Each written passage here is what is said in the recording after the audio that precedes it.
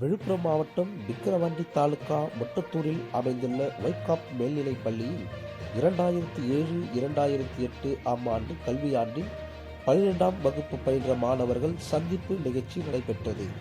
இந்நிகழ்ச்சியில் முன்னாள் மாணவர்கள் அனைவரும் ஒன்று கூடி தங்களுக்கு பாடம் கற்பித்த ஆசிரியர்களுக்கு சிறப்பு செய்யும் வகையில் பூங்கொத்து கொடுத்தும் ஆசிரியர்கள் காலில் விழுந்து வணங்கியும் வரவேற்பு அளித்தனர். அதனைத் தொடர்ந்து ஆசிரியர்களுக்கு நினைவு பரிசு வழங்கி சிறப்பித்தனர். தொடர்ந்து முன்னாள் பள்ளி மாணவர்கள் சார்பில் பள்ளிகளுக்கு சுமார் 2 லட்சம் மதிப்பீட்டில் சிசிடிவி கண்காணிப்பு கேமரா, கழிவறை புதுப்பித்தல் உள்ளிட்ட நலத்திட்ட உதவிகளை வழங்கினார்கள்.